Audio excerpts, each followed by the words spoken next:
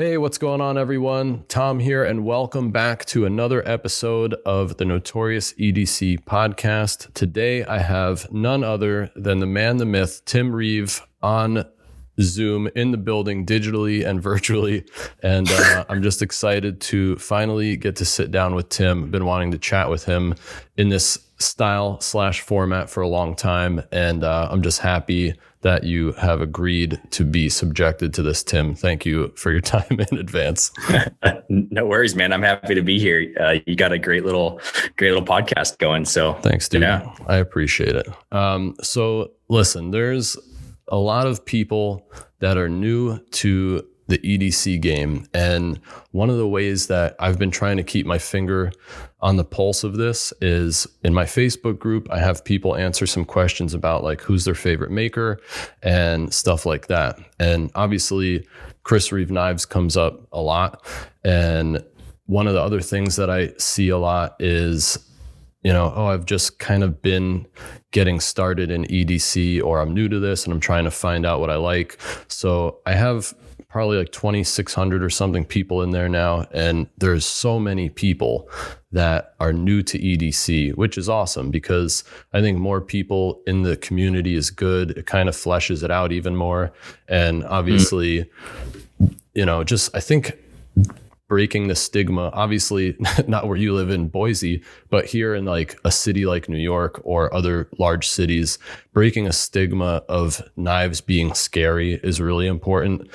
But besides all that, I wanted to see if you could give a little history of Chris Reeve Knives for those people that are new to EDC and the knife communities, because the one thing that everybody hears when they first get into it is that you guys are kind of the gold standard or benchmark for knives. So I think it would be really nice to hear from you directly of like, a little overview of how the whole brand got started. Yeah. So my dad is Chris Reeve. My mom is Ann Reeve. They have ran the company for the last over 30 years. Chris started the whole endeavor in South Africa back in, I think he formalized the company in 1984. Had been making custom knives the prior couple of years before that. Stuff that was like very popular in the 70s, replica daggers, all sorts of different things. The early days of an artist, trying out all sorts of stuff. So anyway, around that time, in mid 80s, he met my mom, the basics of like the front of the house, back of the house kind of Chris Reeve Knives like started. So she kind of like, hey, that money that you're putting in your pocket, put it in the bank and write it down. Right. The basics of bookkeeping. And from then on, they just tore it up with building the company. They immigrated to the United States in 1989, and I was born here in 91. And so through a lot of the 80s and a lot of the 90s, what we made primarily were the hollow handled one-piece knives. So those were a variety of different fixed blades that were machined and ground out of a single bar of A2 tool steel with an aluminum butt cap. So like the classic kind of Rambo style knife that was huge in the 80s. Chris came up with the concept of, and a couple working models of what he called the titanium folder at the time, but it was the first frame lock, or what he called the Reeve integral lock. And that is what is now today the Sebenza. So I think at the same time, Michael Walker came up with a similar, or basically the same concept over here in America. And this is pre-Instagram and pre like the internet. Right. So basically both the guys that agreed, I think as far as the legend goes from what I know, is like over a couple glasses of scotch, like, hey, we came up with the same thing at the same time. Right. So Michael Walker is quite well known for being the father of the liner lock and many other mechanisms. Michael's an awesome craftsman, just a great knife maker and a great human being. So, that's like the quick breeze through history that kind of brings us up to date. Chris retired from CRK officially in early 2015. And my mom runs the show and I run the shop. And then at some point she'll kind of retire and I'll run the whole gig. That's what's up. Yeah. And not to be understated. And yeah, Michael Walker is a savage, and he's made so many cool locking mechanisms. If you guys don't follow him, check him out on Instagram. He's just got such really cool, just art knives and just stuff that you can't even wrap your head around. But that's interesting. Yeah. I didn't know that they kind of had the same concept at the same time, because from everything I've ever seen, it was Chris that came up with the frame lock as we know it. And I think that a lot of people probably, like I said, that are new to the game probably don't even realize that. So that's one of the things that I feel like is super important about the Chris Reeve brand and the legacy in general. Yeah. And, it's always it's a lot easier, especially when you're typing out on, say, a forum or something, say, oh yeah, Chris Reeve invented the frame lock or whatever. There's just more nuance to the story. We always try and give credit where credit's due. And it's kind of a cool story. I love it because it's a pre-internet story, and we don't have many of those anymore. That's for sure. So yeah. And we might get beat up these days for not making the fanciest, flashiest, all sorts of features knives. But what we've tried to do, and we've been very blessed with, is making the models that we know how to make really, really, really well. And, top quality is the number. That's what has built our brand. So we're never moving away from that, even through the years of growth and scaling. And so we're known for high end fit and finish. And so, I would love to do a lot of stuff, but we also have this huge blessing of a lot of people want a lot of Sebenzas. We've, since 1987, I believe, is when Chris came up with that. We haven't figured out how to saturate the world with enough Sebenzas, which is wild to me, because we made so many of them.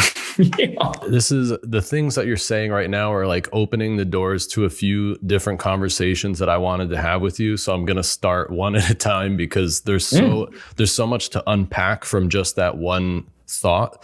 And the first thing that I wanted to say is, anywhere you go, any corner of the knife internet, you're going to hear people complaining that you guys don't innovate enough. And I was probably one of those people too earlier on in my collecting years, when I was just well, I found out about all these other things. Why doesn't Chris Reeve make all these other things? But right. I think as I got older, I realized as a brand, you guys probably do that thing that you guys do so well.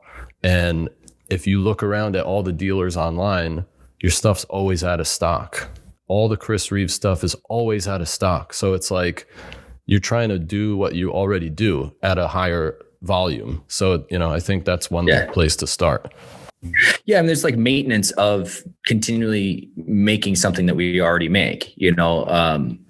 I kind of laugh very frustratedly and jokingly in the shop. There's times where we'll be been making something for 10 years. We're this month, we don't know how to make this anymore. What the hell is going on? We made this for 10 years, and so there's a level of constant maintenance of, for lack of a better term, constant maintenance of continuing to make products that are really, really, really successful. We wouldn't put this kind of effort in over the years if they weren't successful products. So we're really blessed that we hit some really good products.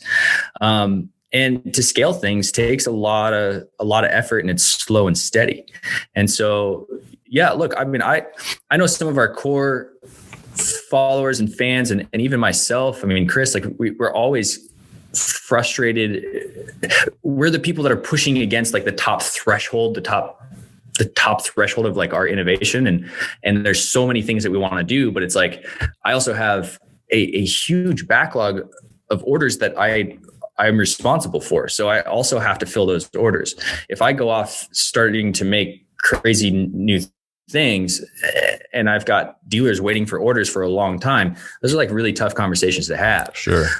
So you have to balance it. Sometimes, a lot of times, and when Chris was in the company, if we're bringing out something new, it was almost shifting gears without putting the clutch in. It was just fuck it, put it out. We got to get it out here,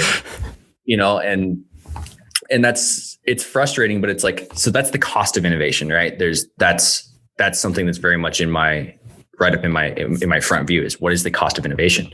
A lot of the last couple of years has been just stabilizing the company. Not that it was in any sort of tailspin, but you take the guy that has his name on the door retires, and what now? Not that we had a big question. It was like, well, we keep doing what we're doing, but Chris he was quite a presence in the company. He's quite a character. Anyone that knew him, that's a great, like, they would all agree he was quite a character. And so you take that kind of personality out, for better or for worse, and you just kind of got to help the company keep going, Yeah.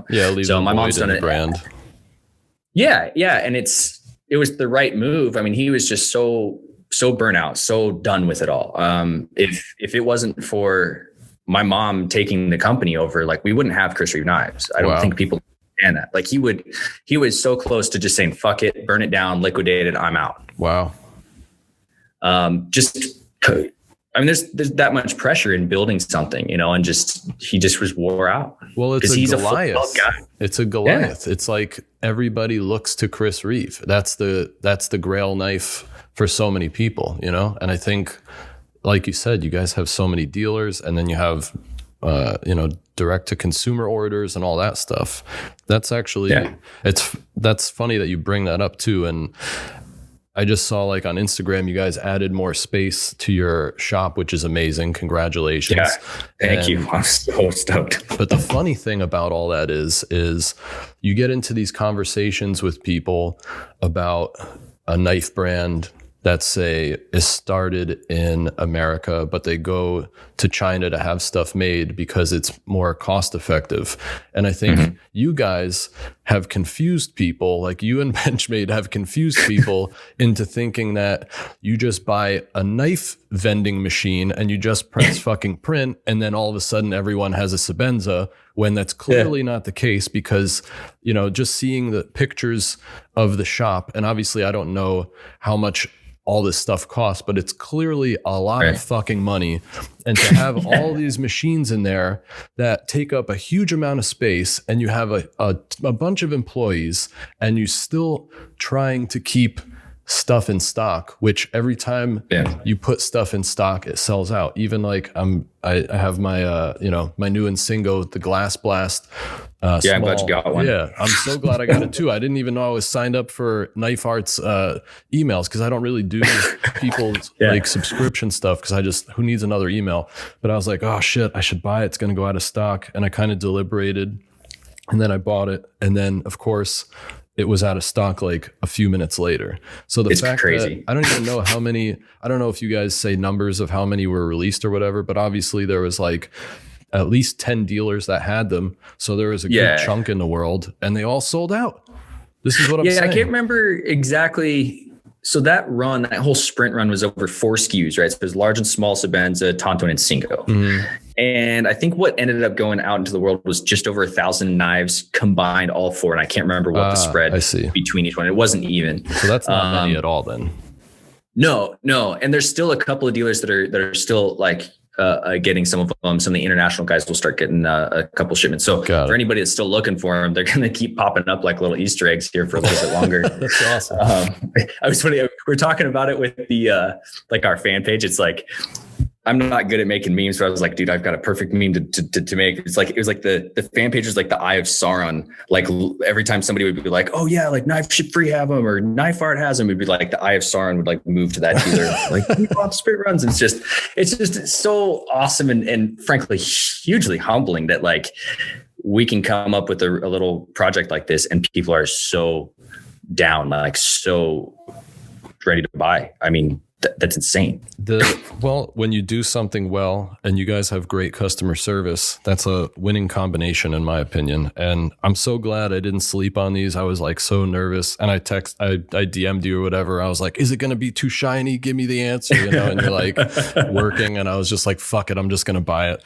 And honestly, I actually almost like this finish better than the regular Sandblast, because it feels like it won't snail trail as easily, and it's just something a little bit different, right? So it's just, I don't know, it's just something a little bit different. I prefer the non-blue ano. I don't really like anodized stuff too much, but I just like this nice sterile look, and all the things that were like little nitpicky things that I had about the Sebenza are pretty much gone with this one, with the clip being on the frame, so that when, you know, on a smaller knife, putting that pressure on the lock bar doesn't really happen anymore. And that hole in the body, which, can you explain what the hole in the frame, you know, by the butt of the knife was for? Yeah, with the Sebenza 21s and any Sebenza model previous, it was a tooling hole. So it was a pin on the fixture would hold at the pivot hole, and then back there, so it's straight line down the middle of the knife. And it was just kind of the approach back in the day of work holding and profiling the knife. Got it. We, in 2000, I think it was like 2018 into 19, essentially the product that we made. Yeah, we brought out the Sebenza 31, which we just thought was just a new a small generation tweak, but it was met with a huge response, like one of the biggest responses, the intake of orders we've ever had in the history of the company, which we're not like ready for. Like, oh, okay, everyone really likes it. So that was cool.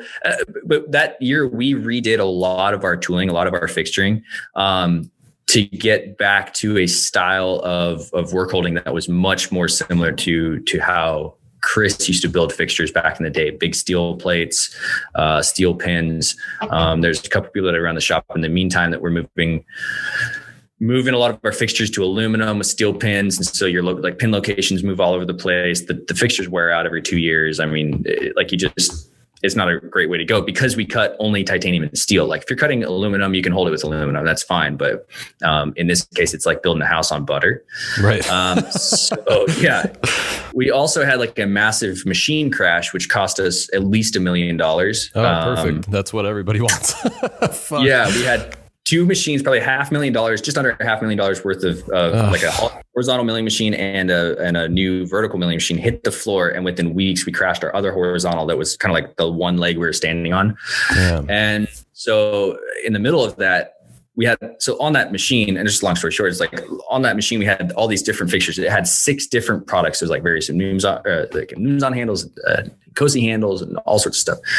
All that had to be stripped out of that machine. And then we're trying to put them anywhere else in the shop to get things running again. And Sherrod, my lead machinist, and Mitch, my engineer, and I basically sat down looking at all this workload, and we're like, look, at this point, it is easier for us to rebuild these fixtures how we want, to a standard 2-inch hole pattern. So they could just, because they're like basically like these modules. You can see like on the Instagram, there's photos in the machines and stuff. You'll see like a little module. It's about 5 pounds.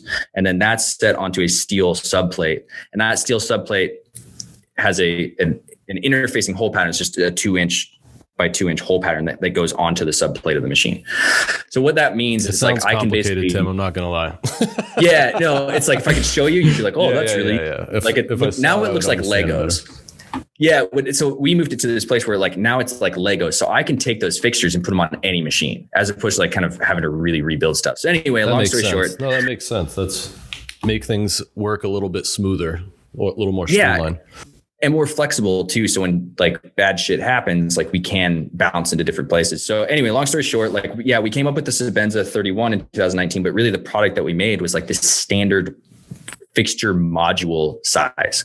And we've made hundreds of those things by now. We've basically populated those throughout every machine that they're needed on throughout the shop. So now we're like 3 years later, the shop is like super ironed out. And so I basically took over the shop right around then. It was early 2020, late 2019, somewhere in there.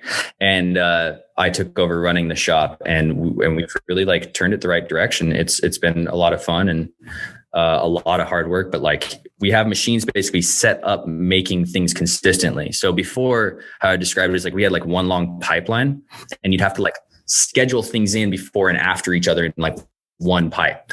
Now, like my thought process was like, let's open it up to like multiple pipelines. Like if we're going to sit on like all these orders of Numzons, like let's make them every month. Right. Because, people are going to want them. Why not keep making them? Yeah. why tear them off and then set them back up again? Because every time you tear off fixtures and then set them back up, you're losing like a day or 2 days, or especially with it. Like we didn't have a lot of like quick change fixtures at all. Like we'd never done that. So that's the other part of this too, is like on our vertical mills, we've been able to do these like quick change fixtures with this new tooling system. So not only have we gotten better, more stable fixtures, but we can like change once they're proven out, you can change them all over the place pretty quickly. Like, and like this pallet like relocates within, 1 or 2 tenths of a thou. Wow. So anyway, that's crazy. That's kind of what. Huh. Well, that's kind of where I'm at. Well, in terms of, just going back to the tweaks on the Sebenza, I was talking to my buddy Joe Bananas about this, and he brought up a really good point, and I wanted to, ask you, like, at this point, the Sebenza and the Nkosi are pretty much perfect knives. Like, what do you do? And I'm not trying to like blow smoke up your ass and make you feel good. Like, these knives are fucking great, man. Like, it's literally just, it is what it is. Like, the knives are fucking great. What else do you do? Like, do you guys, and obviously this is another, conversation in itself with like, do you have new models coming out or whatever? But like the Sebenza was largely unchanged for decades at this point. And then those tweaks were made. You guys upgraded blade steels over time, which the knife experts on the internet that don't know anything about steel in real life will tell you that S35 is trash, or like the yesteryear's, steel, when I've never had a problem with it. It's always done everything and more that I've ever needed of it. So, that, again, that's a whole nother conversation too, but where does the Sebenza go from here? Look, I want to say, I don't know. In many ways, look, with the changes we made in 2019 to change it from the 21 to the 31 was everything was lock interface. And then like just on the heels of that, we got into S45, and that was kind of just time to get into a new steel. We'd been working with Crucible and Niagara on that on 45 for a while, and it was fine time to do that. So, look, when we did the change to the 31, what was in the back of our heads the whole time was like, let's not fuck up a good thing. Right. Like, don't go piss in the cathedral. I hear you. You don't want to change it too much, because it's like, then people are going to say that you fucked it up. You know what I mean? There's really no winning. Oh, the sun came in and then they went and fucked it up. It's like, so that was like weighing in the back of my mind a whole bunch. And that could still be a debate, I guess. I mean, there's plenty of people have let me know that I have. I think we've done a pretty good job, and there's still always tweaks and things that we're learning, like on real small kind of micro levels. But I don't know. I mean, there's stuff that like Chris and I have always wanted to do, like 3D surfed handles and, internal pocketing. And like, there's lots of stuff like that I'd really like to roll out. It's tough because like there's limits to like how much more. I ask myself all the time, like, how much more can we do with these crazy little things, like with a frame lock and a blade and this 180 degree pivot? I mean, us humans have been making these things for quite a long time, and we're always coming up with new ideas. I mean, you look at guys like Shiro Gorov, like they're doing stuff, just awesome stuff.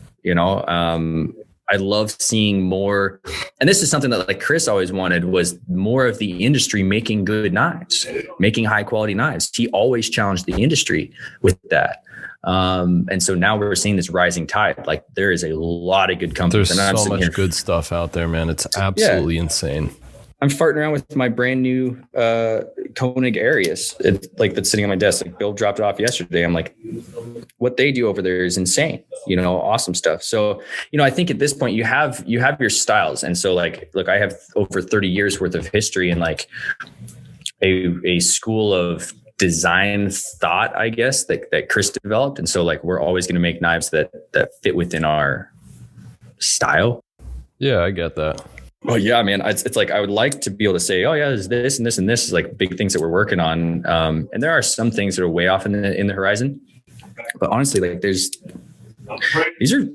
Chris came up with some pretty good designs. And at this point, it's like a lot of what's right up in front of us is like making them consistently, so that quality is in every single one of them, being able to support it, being able to grow the company to back that. It's like how a caterpillar walks, like the front end moves and the back end like yeah, that's kind of how, a company has to work. And so, yeah, I mean, I've got other knife designs like in our back pocket. We've got a couple fixed blades that we're working on. Nice. Stuff like that. And it's, look, I've got 4 or 5 designs in my back pocket I've wanted to bring out for about 4 years. It's like, so you got to make like, more Sabendas and fill these shelves up, man. Yeah, people are always like, "Hey, so when are you bringing out new stuff?" Or like with the Tauntauns and Singos, they're like, "Hey, when are you bringing those out for the 31?" I'm like, when people stop ordering as many drop points. It's always like kind of a joke, but we always look at it as like we like to solve our own problems and like rise to the occasion, and so we're going to grow to a place that we can support those things, but it just might take a little time. I personally love the Insingo blade and the Tanto that you guys do. I think the Tanto you guys do is one of the nicest Tantos, if not the nicest Tanto in the knife world. And the Insingo blade is just, when I first got into knives and I said I would never spend $375 on a knife, and then flash forward like a year and a half later and I was like, new knife day. Yeah. But the one that I was always drawn to was the Insingo. So I've kind of like, I've had it on and off for a few years, and the only reason I ever got rid of it was because the clip was on the lock bar. And now that it's moved over a little bit, and this, dude, it's just perfect. I just love this knife. But another thing I wanted to ask you was like, what's the process for the finish on these blades? Because to me, the stonewash that you guys do on your blades is by far my favorite. It's like an unbelievable balance of looking rough, but also still having like a shininess to it. And is that just like, just to have this, knife nerd conversation, or maybe it's like a more entry level conversation? Are the blades ground by hand? Are they ground by a machine? And then is everything just tumbled in like a vibratory tumbler or something? Are you not supposed to say? I'm just curious, just because. Oh yeah, no, I'll tell you every bit of it. And if people have questions, like reach out. So they kind of starting from the top with the blades. They are all CNC machine ground, hollow ground. We kind of only do hollow grinds. We don't know how to flat grind. But hollow grind's the best grind anyway, so you're not going to get any complaints from me in that department. Yeah, we've flexed hollow grinds all over the place to do different things, and it's just something that Chris always liked. It was a kind of a zone that he liked to play in, and we do like our flatter hollow grind, which is like on the Incosies. It's what we call like a large hollow grind. It's the equivalent of a 20-inch contact wheel if you were going to grind it on a 2x72. The Sabenza has a 10-inch hollow. So back in the day, I think up till 2004, every blade that we ever ground was ground by a hand, and Chris finish ground every single blade that left the company up until about 2004. Jesus fucking Christ. Well, that's why they were sold and ran a company and built it. How many can you do if you're doing all that shit by hand? You know what I mean? Yeah. Well, and that was like, and they were still, and it wasn't just the grinding room, like holding the knives getting out the door, holding back the knives getting out the door. It's like the whole company has to scale, right? No. But yeah, I mean, you look back at that, you're like, how did he get anything done? Yeah, it's kind of crazy, honestly. He was a workaholic though. Like my old man he just constantly going. So anyway, so he started developing and looking at ways to CNC grind this. He's like, look, you have to, other companies do that. Like you have to grow this in some sort of way. We wouldn't have been able to take on the Yarborough project with the Special Forces Green Berets, with those big 7-inch military knives if we didn't figure out some way to start hollow grinding automatically with automation. So right now we actually grind in a couple different ways. We use a smart grinder. It's basically a surface grinder, and we kind of do some crazy stuff and pitch the blade and we use a CBN wheel, which stands for carbon boron nitrate, and hollow grind them out. It takes about 4 passes per side. And they're comping the wheel because the wheel wears in diameter. They're comping the wheel, they're dressing the wheel, and dressing the wheel basically is like, like when you use a sponge, like on a pot or a pan, you get a bunch of stuff in it and then you have to like rinse it out. It's kind of the same thing. It's like those wheels load up with seal And so you have to dress them out, or like it's called dressing, and you use like a little bit of like an abrasive stick that's softer than the wheel, and it kind of pulls that steel out. You can accomplish some of that too with like your coolant lines blasting into the wheel correctly. So anyway, that's long story short there. That's kind of how we grind them. They come off the grinder and they look like they're geometrically correct, but then there's in the plunge area, there's always a little bit of stepping because of just the fidelity of the servo motor. So like when that machine's moving in X, Y, and Z simultaneously, so that machine can move, it cannot move in a simultaneous 3-axis arc, but it can move in a simultaneous 3-axis straight line. Does that kind of make sense? I went to summer school 3 times, Tim, so I'm doing my best to follow, but I think I know what you're saying. Right. So if you're going to move in 3-axis planes, I graduated behind the fucking cafeteria, dude. I'm just trying to do my best out here. You know what I mean? Hey, I'm not too far off either. I dropped out of art school. So, but anyway, so what that means is it cuts into these little tiny splines, which are like little tiny lines that make up a greater arc. And so you get this kind of like stepping, a little bit of chatter in there. We go through the straight section of the blade. I'm looking at a drop point right now. So like the straight section of the blade is fine. And then you start going around the belly and it'll start to get these little, like what looks like chatter. So anyway, so from the grinder, the blades go over to my tumbling department. And I have 4 guys that they use like a pneumatic die finishing tool, like a little tiny 600 grit stone that vibrates pneumatically. They use them for like injection molding dies or like archaeological digs and stuff like that. And they'll nurse out that plunge so it's nice and smooth through there. There's no stepping, and then they'll hand stone out the blade going through the belly out towards the tip, and then they throw them into. We used to use vibratory tumblers, but we've got 2 of them still, but we rarely use them. Back in the day, as we changed from BG42 and moved into the CPM steels, the crucible powdered metal steels, and the desired Rockwell hardnesses started to really cruise up, because back in the day, like nobody ran anything over 60. Like this is kind of a new thing in the knife world over these last couple of years. Crazy about the Rockwell hardness these days. Everyone wants to know the numbers. It's very funny. It's insane, right? And it means something, and I understand where they're coming from. But God, sometimes they put a little too much onus on it. It's anyway. I hear you. I'm with you. Anytime people get a little too deep into a hobby, it's kind of like, guys, just fucking relax, enjoy your knife, cut open your Amazon package. This is not, like, what do you like? Are you taking this to Mars and it's your only like means of survival? Like, just relax. Right. You know what I mean? It's like, I love talking the deep nerdy stuff with people, but then it's also like, look, let's get a little less frantic about it. Right? Yeah. It's cool to talk about the details, but don't like obsess over them to the point where it's gonna like make you lose sleep over it. Yeah. Or like trashing people's character because of like crazy. Like, okay, hold on. So anyway, so we started getting into these tumblers that are called centrifugal barrel finishing system, something like that. So there's basically 4 barrels, long barrels, like on their side that rotate. So you know how like a chicken rotisserie works? That's like the little tumbler that I got from Harbor Freights when I tumble some of my beer bombs and stuff. It's just like a rotary style. Yeah. Yeah, maybe. It just kind of rolls on pins. The one that I have, at least. Yeah, I'm not sure. Very basic. Okay. Yeah. So this has like 4 buckets in a bigger carousel. So the whole carousel rotates, and then each individual bucket rotates as well.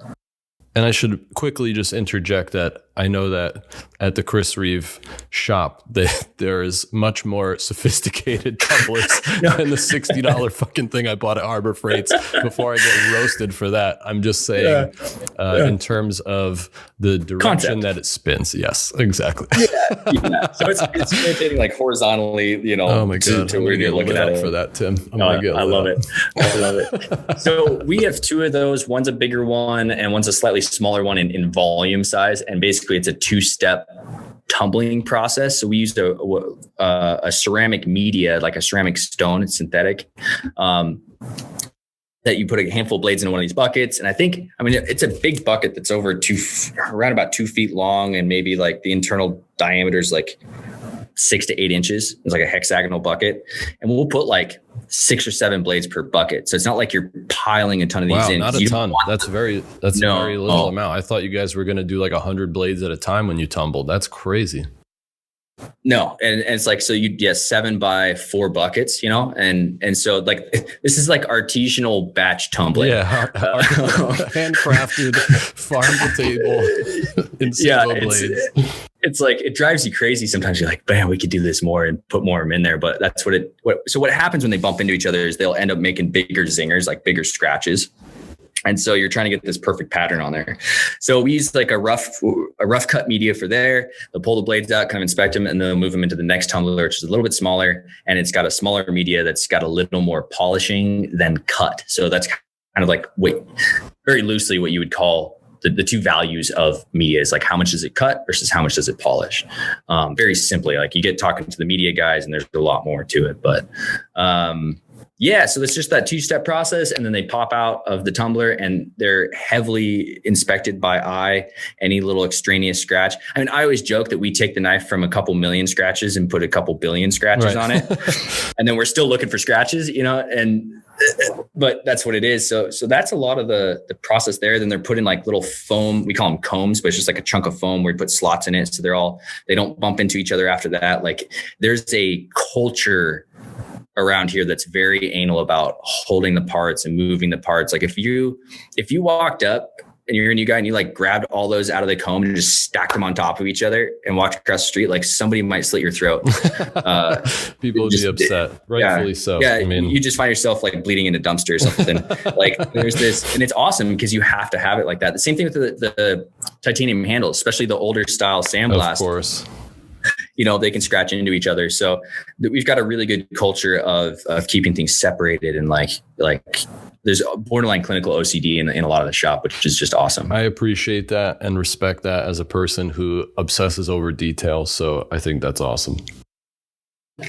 Right. Yeah. I love it. You got to come out to Boise and see this place, because you'd probably love in some places where we get super OCD, and then be super surprised in places where we're just not.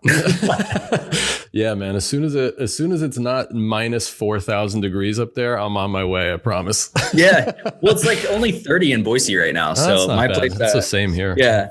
I live out in the sticks. And so like these last couple mornings have been like -2, -2, -4. It's been kind of cold. That's very cool. So then the last little thing on the blade that a lot of people don't know. So we're known for that kind of that rounded spine. Which I love. It's beautiful. Yeah. So that's actually, that shows up to the tumbling department, and it's square. After tumble, they take it over to the hand grind room, and they grind and it's called rolling back. So they grind and polish that by hand. Huh. So that radius is actually put on by hand on a grinder. And then the little chamfers on either side of the thumb serrations, because jimping's not a word, they put those on hand. Wow. Yeah. I don't know. Maybe it is now, but like Chris used to drive Chris nuts. Like jimping's I believe is a word that like knife people came up with. Right. But I'll probably get eaten alive for that. So we call them thumb serrations. We also call them a crush grind, because we use a surface grinder and do a process that's called crush grinding. So it's all smooth right there. We have an aluminum oxide wheel that we dress in like that feature, and then we come in and grind it in. So that's actually put in the hard state after heat treat, and we hollow grind in the hard state too. And what you're saying now makes sense to me, because I never thought about it like that. When you look at the swedge on the Insingo, that doesn't look tumbled. That looks like a freshly ground swedge after the tumble. Yep. Huh. Yep. And we find like this balance with like especially with the swedges or the Tonto tips, anything like that. Like we want a ground look, but we don't want it. But there's a balance. You don't want it to look like it was like roughly done like a 60 grit belt, you know? So there's a fine balance, but it does give that kind of like satiny look. And then for like what we call polished blades, where it's got those vertical kind of like satin finished lines in the hollow grind. That's a like tumble blade. Imnundi. Yeah, the Imnundi, every single one of those are done. And then the Sabenza's been done for years. A lot of our uniques, I think all of the uniques come standard with a polished blade. Polished woods come standard only with a polished blade. And that's a tumbled blade, completely reground. I mean, obviously it's got a hollow grind in it already, but they hop on a 400 grit aluminum oxide belt, regrind it, kind of set the grain pattern, and then they switch to a 400 grit cork belt with a polishing compound and basically burnish that down. So the edges will be ever so slightly thinner on polished blades, but that's in like high skill. Those guys are really good at that. Like that is basically a hand ground blade. I mean, obviously you can say we took out a lot of the meat, but they have to reestablish that whole plunge and everything, because that plunge shape coming off the machine is different than what you can do on a hollow, like on a 2x72 belt grinder. It's very interesting to hear all these details, because these are things that I don't think most people ever consider. Like I've seen this, I've been collecting knives since like 2014. Not the longest time, but long enough to have seen a very varied group of thought, from loving you guys to hating you guys and everything in between. And I think one of the things that you see a lot with people that are newer, myself included, was thinking like, wow, why do these cost so much money? But just the fact that even without getting into all those details, just making stuff in America is not cheap. The machines are not cheap. Real estate is not cheap. Cost of living and, the paying people a living wage is not cheap. And then once you get into the minutia of all the steps and how much time this stuff takes, because I think that's the thing that people that haven't ever made anything, and I didn't learn it until I started making stuff myself, is time is what you're paying for a lot of things. The material is almost moot in so many conversations, because metal costs what metal costs, but the amount of time that it takes to machine something and to put finishing on something, like the fact that it's going through 2 tumblers to get that look, is twice the amount of time that maybe another brand would, tumble something or whatever. And that's what. Yeah, and you're always trying to reduce the amount of steps, right? Of course, because you want things to go faster and you want it to be cheaper to manufacture, and you want to be able to get more stuff on the shelves. But some things are non-negotiable. You got to do things in a way that makes them look the way they look. So I think that's just what it is, and the proof's in the fucking pudding, Tim, when you open one of these Sebenzas.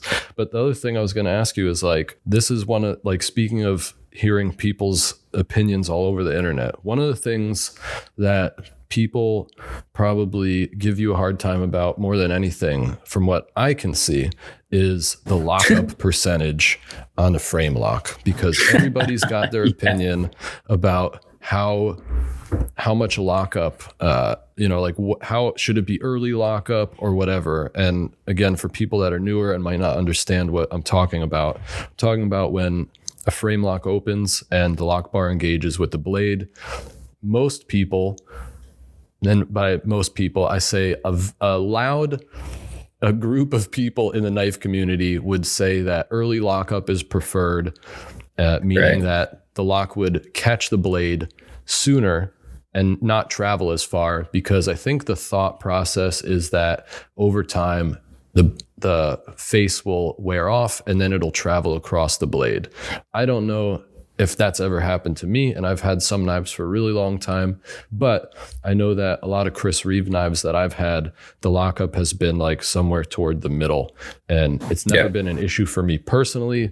But I wanted to get your thoughts on that, because I feel like you may have answered that question once or twice in your life. Yeah, this is a funny one that always pops up, and I completely understand where people are coming from, I guess, on both sides of it. And,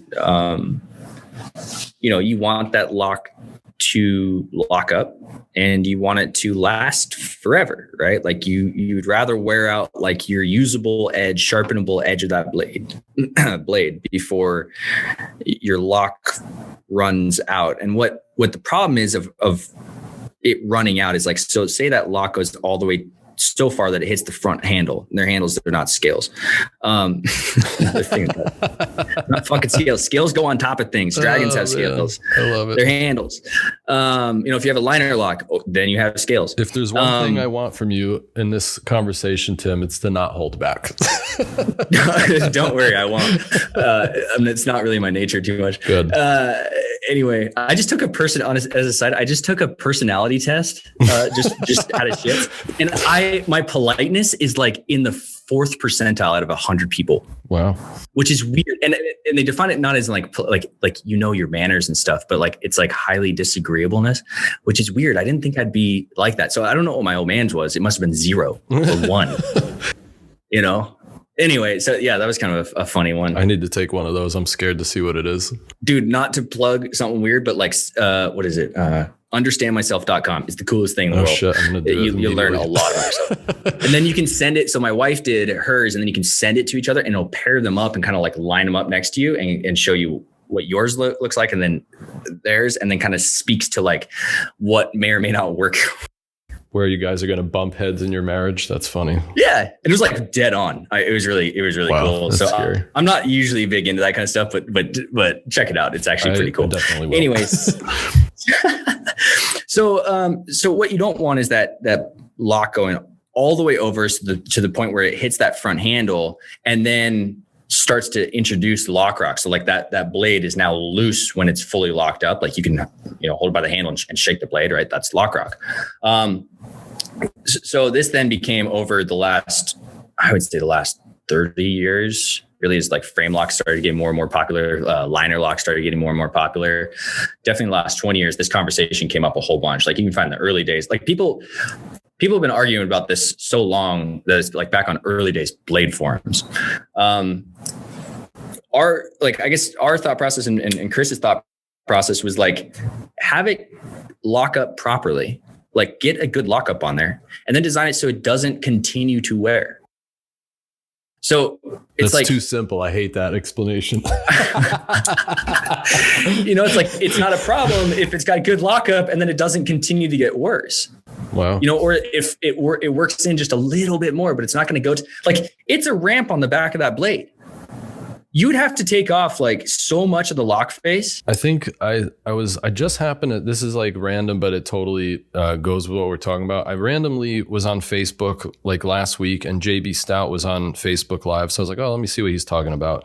And he actually was talking about, people who just sit and watch Netflix and just open their knife 1,000 times in an hour or whatever. And he's just like, I open my knife like 5 times a week tops. He's like, knives are not meant to be sit there and open them 1,000,000 times every day. He's like, that's not, you're going to wear that fucking thing out and it's not going to be good for anybody. So I can totally see, that side of the story. I'm not someone who fidgets with knives. I just open it when I need to cut something and then I put it away. There are knives that are more fun to deploy and it becomes like a toy you can hurt yourself with. But generally speaking, I just let it be the tool for what it's meant to be. Yeah. And look, I mean, a lot of people make fidgety type knives, like I end up fidgeting around with like my Koenig knives a lot more because he makes flippers that kick open like a rocket and like, has this like drop free action and stuff. So like inherently they're a little bit more fidgety, I guess, if you want to call it that way. And so I understand where like, so we don't really sit in that side and still, I mean, I'm kind of a fidgeter, but I don't do, I'm not just not with my knife a lot. Like, in class and school, like I was always spinning my pencils between my fingers and stuff. So like, I get it. But here's the thing. If you do that a lot, understand that you live on planet Earth with the rest of us. And like, we're working with materials that have certain things happen to these materials. Yes. If you wear and impact and things like that. So like maybe bring a little bit of understanding to what's just going to happen in the mechanics. Now, yes, it's our onus as knife manufacturers and designers and stuff to make stuff that isn't going to wear. But obviously that gets into the conversation of intent and, all that kind of stuff. So that makes sense. I get it. It's like, I try not to beat people up too much about fidgeting with their knives, but like, man, I've seen some knives come back and you're like, this has like 30 years worth of use and you've had it for like 3 months. Like, holy At least cow. Someone's using it, you know. I don't know. It's a whole nother conversation, but no, it makes sense. It's like, if you have an itch and you scratch yourself a couple times, you're fine. But if you sit there scratching yourself till you bleed, you know, you scratch yourself 100 times, you're going to bleed. So it's like, I don't know, but I don't know. Maybe like, doctor, I'm bleeding. I don't know. Maybe there's people that would ask, why don't you guys have like a lock bar insert or something, which is something that came up more recently in the knife world? Or why don't you guys do bearings? Oh, you do have a lock bar insert on which knife? Yeah, it's just a big fucking ceramic ball. Oh, I see. Yeah, that was Chris's kind of answer to that. He'd seen this. So not to cut you off on the question, but like, I'm looking at my knife trying to see it. So this was lock bar inserts, and maybe other people have a different angle on the scene, like watching kind of the history and when they started showing up. But a lot of it was absolutely right. There it is. Yeah. So we do have one. It's just not your set screw with steel and all that kind of thing. As we started getting into these higher performance, super steels is a word that I hate, but does well define like the steels, because they are high end steels of what we're using in the knife industry that are a pain in the ass to make. The wear on the lock faces started becoming a real big thing, right? So like heat treating a lock face, which is how the Sebenza 21 was done. And I think the Unundi is the last knife that we still do that with, which is fine because it's such a smaller knife. But so this is back in 2008 when Chris brought out the ceramic ball lock interface on the Numzon. And it was around that time, a lot of people were starting to put lock inserts in there, and it makes sense. And he said, hey, I totally get it. We're having the same kind of wear issues and wear problems because you can only harden titanium so hard. We carbonize, which is just like heating up with a blowtorch and basically making a hard casing on that titanium lock face. We don't do it on the 31s or anything with the ceramic ball because you don't need it. But on the 21s, that's what was on there. Some people would carbonize, but it's just a different approach. And Chris just didn't see that it was needed. So we're carbonizing, we're adding carbon. Essentially, we're heating it up and making a hard casing. Now, I can take any Sebenza 21 or any one of our knives that's ever been made with a heat treated lock face like that, and I can spine whack it on a desk and break the lock. Of course, that's not normal use. That's abusing stuff, and that's what pisses me off with people online a lot. Is they'll do these torture tests and be like, "See, I smashed it with a brick and it broke," and it's like, "Yeah, no shit, dude. Of course, it's gonna do that." Yeah, no, exactly. But so the first 31 that came off the machine that we put together, I just wailed on the workbench, spine whacking and the spine whack test is like one of the dumbest things in the world, as you just said. But it's also like, if you want a lock to fail, a frame lock, like, okay, well, it's forcing it closed, right, with it locked open. So I understand why it came up. I wailed on that knife. I've yet to be able to get a 31 that is properly fit with the right lockup and everything to fail on a spine whack test. And someone, I just said that someone's going to go out and do it. I was just going to say, you've just challenged like 17 people to make a YouTube video and someone will end up with a missing finger. This is right. Yeah, it's man, like, listen, Darwinism is a thing. What can I tell you? Yeah. Now you can, yeah, it is a real thing. You can get a frame lock to fail. I'm not saying that like you can't add enough force. So like I took a small Sebenza 31. I clamped the blade in a vise, the handle sticking out. I hung 40 pounds worth of steel through like the lanyard hole. Shout out to the lanyard hole being that strong. That's amazing. Yeah. Just like, ran some steel wire through there, put about 40 pounds or 40 or 50 pounds, something like that. My machinist says it was like 60 to 80, but I was pretty sure it's 40. I don't know. But anyway, we hung at least 40 pounds off the end of it. So the whole thing sags, right? Because the lock arm bends and flexes, but it didn't break. And I was like, I just didn't have all the wherewithal around me to like measure, okay, so what's the actual fail point? Like how much poundage does it take to fail, a lock? If it, and how it fails is that you're pushing it to the point with these, that the back where you have like the little lock relief cuts, like on the inside, it buckles out like an elbow right there. Like this is the point of failure. So we're past the point of it, like just breaking through so like on a 21, it would break through the hard casing and the lock would just slip off. With the ceramic ball lock, interface, like it digs into that blade and locks in, and it has to be pushed well past to the point where like it elbows out way back there. So I turned around and grabbed a hammer and I just whacked the back of the thing to see what it would look like if it failed. And, obviously it broke and all the steel goes tumbling to the ground. And I look at it and I'm thinking like, man, is the ceramic ball like broken in half, or did it pop out of its hole? Cause those are just staked and crimped in, like that ball's just, we drill a little hole, we stick it, push it in there, like press fit, and then we crimp like little tabs around on it, and it works really well. I thought that might be dislodged, anything like that. We measured all of that and it didn't move at all. What happened was there's a ceramic ball size chunk of the blade broken out of the lock face on a 60 Rockwell blade. I was like, holy fuck, I don't see what the problem is. Yeah, I would say it's good enough for me to open my Amazon packages and cut steak. So I think we're good.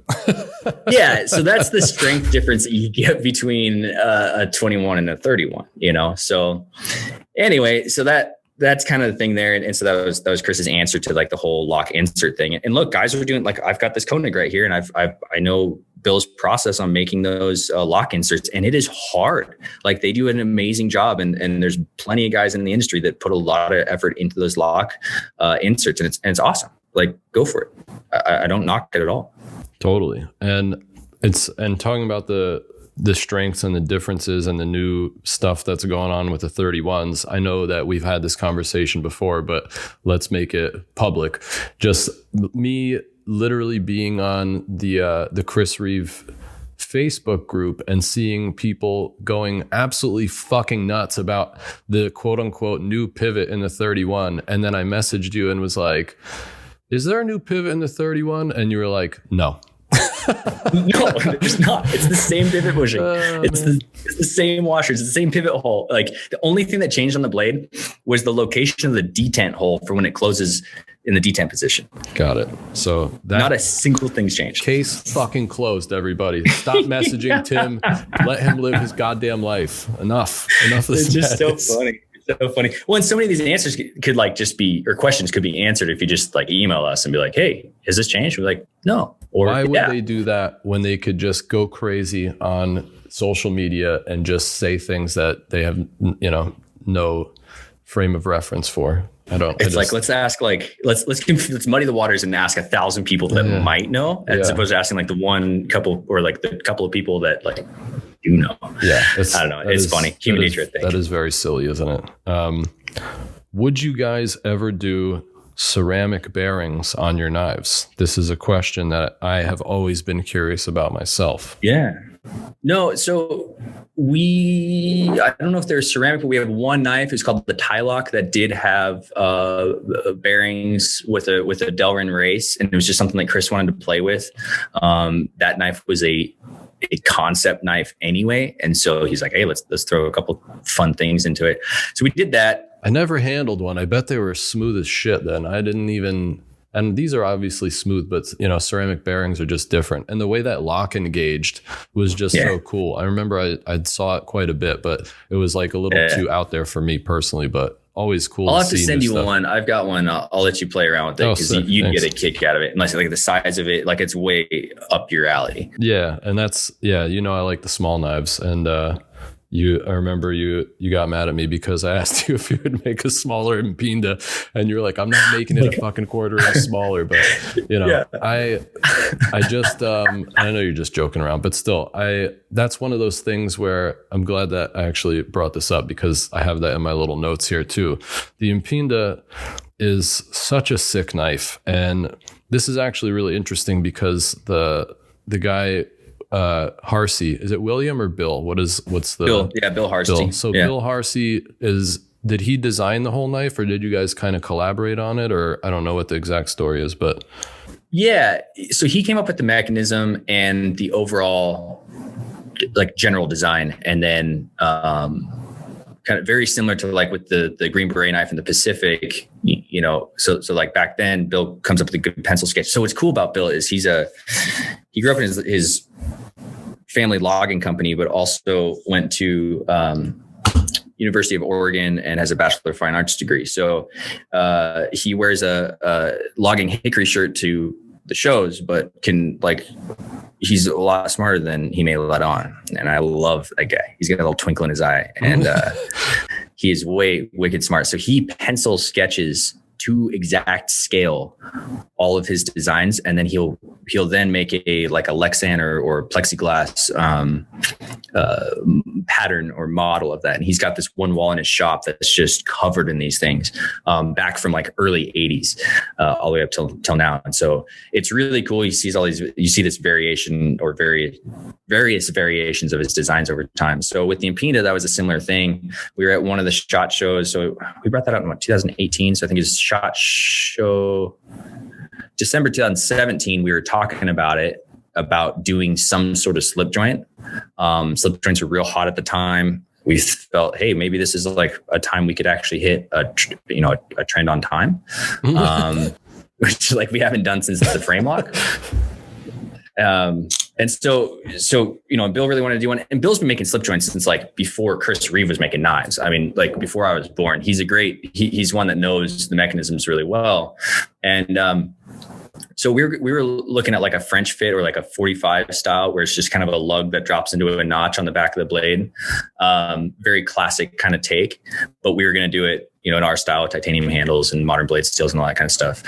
And I, like in a flippant comment to Bill, I said, it's great. Just let's make sure you get the tension on this thing, right? Because if I have to rip my fucking thumbnail off every time I open one of these to fit them, I'll just tank the fucking project, Right. And because classically with slip joints, like, man, they're hell on your. Yeah, some of them can be, for people that aren't familiar with slip joints. There's like a pull scale, quote unquote. So the pull meaning how easy is it to open, and it goes from 1 to 10. And 10 is a nail buster. It's really uncomfortable to open. And back in the day, people actually used to have knife picks, and they would use basically what looks like a pry bar to open up a slip joint. And over time, people chilled the fuck out, and now they're a lot easier to open, thankfully. But that's one of the cool features about the Impinda, and I'll let you explain it, because I think that's one of the coolest things about it.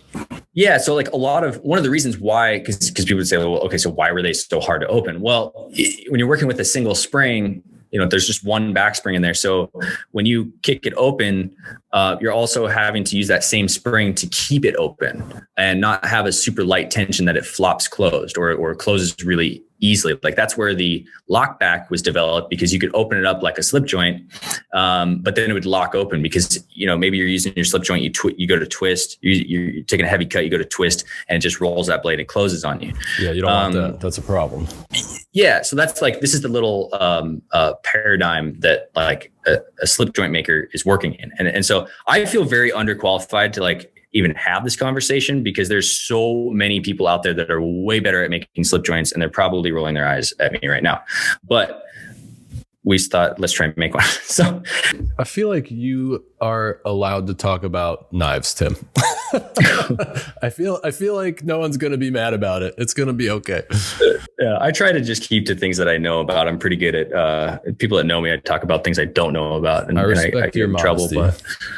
But so Bill came up with this really cool concept, and this kind of ties back to like early in our conversation where we sometimes get beat up for not innovating anymore. And some of my response to that is like, well, maybe we're just not innovating in the ways that you want us to innovate. Bill brought, I think, the most innovative thing that's a concept or mechanism that's hit the slip joint industry in years. And that's, as anyone that knows slip joints even a little bit, like they've pretty much done everything that there can be done with slip joints. There's every shape and make and model and material and all sorts. Multi-blade, especially single blade, everything. Put a comb in there, put a spoon in there, everything. Yeah. Yeah. I mean, there's USB drives in them now. It's like, it's true. So, what Bill came up with was a spring concept that has kind of a crazy front end. And if you look on the internet and you're interested in it, like there's pictures enough. He kind of did this, there's like an extra lug in the front and kind of like a recurve. And this is towards the front of the spring that interfaces with the back of the blade, the tang of the blade. Kind of the tang. Yeah, that's what I was going to say. That's what I was going to ask, not say, but. Yeah. And so there's some specific geometry on the tang of the blade and underneath the head of the spring that interface in a way that we're shooting for like a kind of like a 1 pound opening, or like a 1:5 ratio. So it's easy to open and harder to close. And it's honestly, the first time I did it, I was like, this is fucking insane. Like, what a simple concept, but like perfectly executed, because I remember opening it and being like, huh? And then I went to close it and I was like, what? Because usually, like you said, with a slip joint, it's usually kind of like a 1-to-1 thing. So when you open a knife and it's light, it's going to close really lightly. But this isn't the case for the Impinda, which is it's got that whole different tang, and just all the geometry, that all the thought that went into that is just bananas to me, because I can't believe it hadn't been done before. But it's like us too. It's so crazy. It's brilliant. You know what I mean? Yeah. And so, I mean, Bill brought me this like working model. It was just Lexan handles, a quick 154 blade without even a hollow grind on it, and a 154 spring. And he just had the working mechanism. He showed me at SHOT Show, I think it was 2018. And we're like, let's go. I mean, this is just on. So from there, so it was actually the size of a large Sebenza at first, at a 3.5-inch blade. And we scaled it down, working with Bill. I mean, constantly, like every other day we were on the phone, emails back and forth, working model, CAD models out, all this kind of stuff. And lots of different iterations. But yeah, we got it down to that. It's right on 3-inch blade.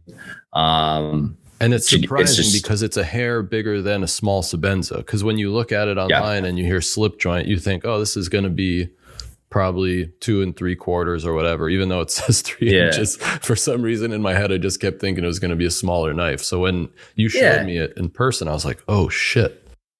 Yeah. And Bill has an incredible way of designing handles. It's so fucking cool, man. It's such a cool design. The way the pocket clip goes with the handles. And I don't mean to cut you off. It's so fucking cool, man. He just killed it. So funny little tidbit is that curved pocket clip fits perfectly on a tie lock and follows the same curve on the tie lock. Huh. And we didn't know that until we'd made them and like stuck one on. We're like, man, we couldn't have done that if we tried. That's awesome. Cool. So yeah, no, it was a fun project, and we're still making them. We're going to continue to make them. It's definitely not one of the heavier production models that we have in the shop. The demand for Sebenzas is like 60% of our backlog, and the Impinda's nowhere close. But we constantly have orders coming in for them, and we're constantly putting them out the door. So it was a really cool thing. Great to work with Bill. I mean, he's been such a mentor to me in all things knives for the last many years, and just great to work with him. It was fun to kind of like hop in the seat that my dad or like the role that my dad worked with Bill on, if you will. So, taking a Bill Harsey design and figuring out how to make it a Reeve knife. And I think, honestly, like, again, not blowing smoke, it's fucking fantastic. And you guys just killed it. Like, it's such a good collab, and people that probably wouldn't know that it's a collab would think it's just a Chris Reeve knife. But then when you see Bill's designs, you go, oh, wow, I could see his design language in here. And it was just like so well executed. But there's two things that I want to touch on with the Impinda. One being the size. And I know I was asking for a smaller one, and I know that you said no, but what if? And how sick of how exhausted are you of people pitching you knife ideas? And I'm not trying to do that, but I like smaller knives and I like small slip joints. So for me, that 2 3/4 size is kind of like such a traditional slip joint size. But I understand the 3-inch blade, and I guess that's probably it's probably like legal in so many countries because it's 2-hand opening, it's 3 inches or less or whatever. But would you guys ever do a smaller version, or no, because there's not really as much demand for it, so it doesn't really make sense? It's like really tough to justify doing it. Frankly, like, I'm somebody that believes, like, bets on the future. So like, one day maybe we could, but at this point, like right now, Tim, And I don't know, I know. maybe just make me one. How about that? Is that yeah, fair? we'll make one. Yeah, exactly. We'll set up the whole machine. We'll just get all that done for you. No yeah, big it'd be deal, great. dude. Whip one up real quick, press the print button on the, on the CNC, and we're good. Yeah. So what's funny about this is I actually have this little bucket of Impinda handle blanks, titanium handle blanks that are sitting under my desk. From right in the beginning of the project, we sent off the wrong size and scale print for the water jet parts to Niagara, and they cut them out. They send them to us like, hey, no worries, got that done. And we're like, oh shit, these are a total length of like 1 or 1.5 inches. Oh shit. Like the handle. So it's the same thing. It's just like this little itty bitty tiny. That's the knife for me. Send them over. I'll take it. You would have like, I think like a 1.25 inch blade. It's like maybe if we stuck a blade on it. The size of a chapstick. It's perfect. Yeah. It's like a chapstick Impinda size. Oh my so God. it's funny. Like one day we've always like keep threatening to like set it up and just do a run to like get this material out and just do these itty bitty tiny ones. But it's just like so on the back burner. So, like I said, that's the Zoolander sprint run. It's going to need to be at least 3 times this size. Yeah. You're like, hey, could you just go like 1/4 inch shorter? I'm like, you want shorter? Here's 1.25 inches. Yeah, that'd be fucking perfect right there. Well, and then the other thing I was going to say is you kind of spoiled me when you loaned me that knife. Oh yeah. So by the way, when I actually formally met Tim, it was at a knife show in Jersey, and I can't remember because time doesn't make sense anymore and the world is crazy, but it might have been 28. What year did that come out? 2018 or 2019? 2018. So it could have been, I think it was that year. It was probably, November 2018. And I could check, but I just forgot to take a look at my Instagram, but you loaned me a knife, and it was the Impinda, and it had Bjorkman's Twist Damasteel. If I'm not mistaken, that's Damasteel, right? So the thing to me that's really interesting about Chris Reeve Knives is that they just look so clean, but I love that contrast between the clean handle, don't call it a scale, the clean handle and the contrast of Damascus or Damasteel. And personally, I like Damasteel better because Damascus, I find that when you cut with it, sometimes it can get scuffed and it just looks a little bit like lighter gray rather than dark. Right. And the Damasteel just has that nice polished look with the super dark etch in it. So after I borrowed that knife from you and I hung on to it for a minute, I was like, I just wish that when I had one, I could have one with this exact Damasteel in it. And I'm guessing that's not something that you guys regularly produce. Maybe it's a sprint run at best. Like, was that something, that one that you loaned me, was that something that was like a one-off, or did you do a small run or something like that? Yeah. So we debuted the knife at Blade Show that year. And we did as kind of as a debut, I think we brought 50 plain models, and then we brought 10 models with Bjorkman's Twist, Damasteel blades and back springs. And Lisa did unique graphics on the front handle and the back handle and down the clip, and as just kind of like the debut. So anytime that you're running Damascus, you always have to make more than the number that you're trying to get out the door by usually quite a good margin, because there's just shitloads of attrition in Damascus. Something always goes wrong.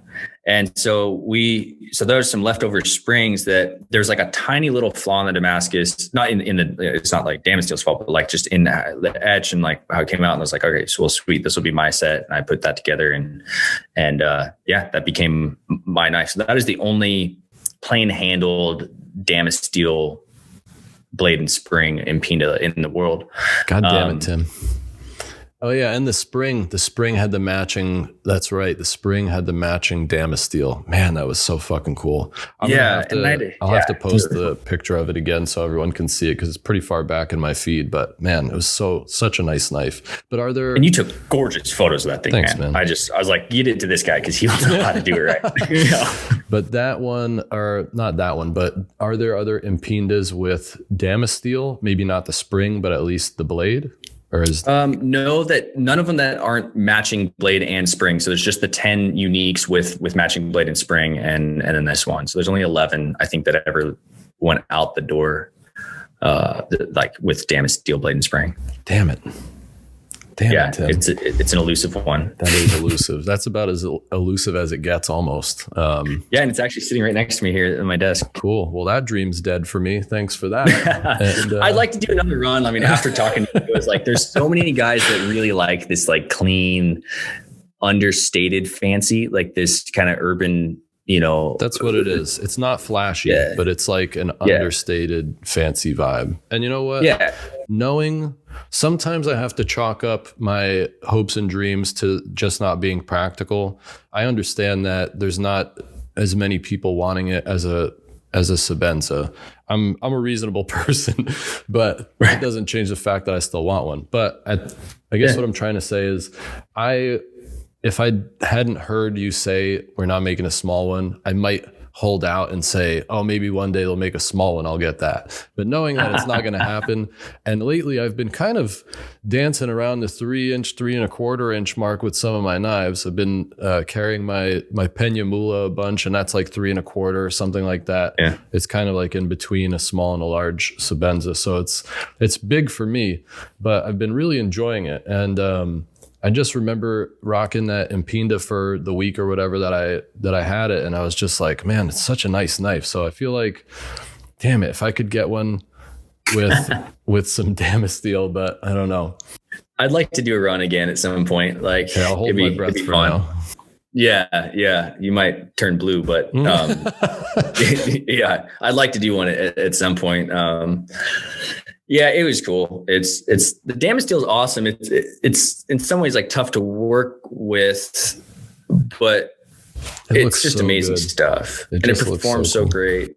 And it's such a different looking Damascus in that sense. Like you said, it's silver with black lines on it instead of black lines with silver lines on it, or black, background with silver lines. And it's just a fundamentally different approach to making the Damascus. And what's amazing is like the major steel, like it's what is it? RAW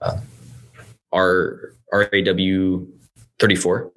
RLW 34. RLW 34. Yes. Is that what it is? I'm not a steel expert, that is but it sounds kind familiar. of like. Yeah, that's your silver steel in there. I believe. I could be. I hope I'm not off base on this because what I keep saying. But anyway, so that's like your main steel in your Damasteel. Someone will correct you on the internet. Don't worry. Yeah. Please. Every time I talk steels, I'm like, go to knifesteelnerds.com to find out everything I said wrong. So anyway, what was I getting at? So that's basically, for all intents and purposes, like it's the same thing as CPM 154, and that to me is just like a phenomenal steel. We've never used it in production. A classic. It's just such a classic. It's such a balanced steel. It's so all well around. I mean, a lot of the custom makers love to use it because it hand polishes so well. You can get that steel to do a lot of things. I mean, I've seen Phil Wilson handed me is it Phil Wilson? Yeah. We were sitting with Harsey at SHOT Show, and he comes up. He was one of the guys that was involved with the early days of S30 and S35. He handed me this big old fillet knife. He's like I think he's up in the Seattle area somewhere. And he lives right on the water, catches a lot of fish, cuts up a lot of fish. He handed me this, probably 12-inch long fillet knife out of CPM 154 is hardened up to like 64 Rockwell. And he just bends it sideways on the table and right in front of me, like to a 90-degree angle, and like pops it back up and it's straight. And so it's like, you can get that thing to flex, or you can get a lot out of those steels. So, anyway, so that's what's cool about Damasteel is you've got a really good high-end steel. When you look at steels like Devin Thomas or Chad Nichols, also the main kind of steel that you're working with there is AEBL, which is also another steel you can get a lot of different things out of. So there's just a fundamental different approach between the two takes. And the tough side with Damasteel is like what the finish that you have on there. So like how polished it is, or any extraneous scratches or anything like that. Any of that's on the blade when it goes into the etch comes out on the other side like a mirror. Where with like the kind of other approach, like say like the Nichols or Devin Thomas, or a lot of the kind of other approach is like you're also using ferric chloride, which is less caustic than muriatic that you have to use for Damasteel. But they say like, don't finish it higher than say 400 grit, because it needs something for that acid to kind of like chew into or bite into, if you will, for lack of a better term. And so it's really nice, because then it smooths out all of those like extraneous scratches and things like that. So I guess you could dumb it down to say like, it is easier to work with, if you will, or that gives you a certain luxury there. But it also, like, damaged steel is damaged steel. And like, when you get like when fucking Bill Koenig does like a mirror polish that you can see like every pimple on your face on, and then it's got this cool swirly lines through it. It's like, God damn it. Like, that is cool. Yeah. That stuff always looks cool, man. Yeah. Yeah. So really I don't know. nice. I'd like to get some more and play with it again, but it's just not really up on my radar right now. I hear you guys got a lot of other stuff going on. But what else did I want to ask you about was the Imnundi, because that obviously me liking smaller knives. And I just think that's such an underrated knife that you guys do. Maybe not underrated, but maybe just not as on people's radar because of the size. And I think obviously the Sebenza is like the Sebenza, so it's the star of the show. But I think the Imnundi is just, and I'm saying it right? Yeah. Okay, Imnundi. cool. Yeah. Whatever. Yeah. I just don't want to say it wrong, and then you're like, at the end, correct me. I'd rather you correct me. No, you actually have it way more on than a lot of people. Like, half my staff can't say it right. And it's cool, man. Like, with all these Zulu terms, it's fun hearing everybody say things different. It's a lot of fun. That's cool. And I think the Imnundi is such an interesting knife to me, because it's almost like a bolster lock in terms of like the frame lock just being more of an inset kind of a thing, rather than and I don't have a picture of it in front of me, so I might be remembering it wrong, but you know, you don't have to put your finger directly on the lock bar, and it's obviously a much smaller knife. But over the years, it's changed a little bit. There is some internet controversy, of course, when you guys went from the original nail nick, or whatever you want to call it. What do you guys call it? Yeah, we call it a nail nick. Yeah. So when you went from the original one to the second version, I think it was rounded off a bit more, so you couldn't get your finger in there to open it one-handed.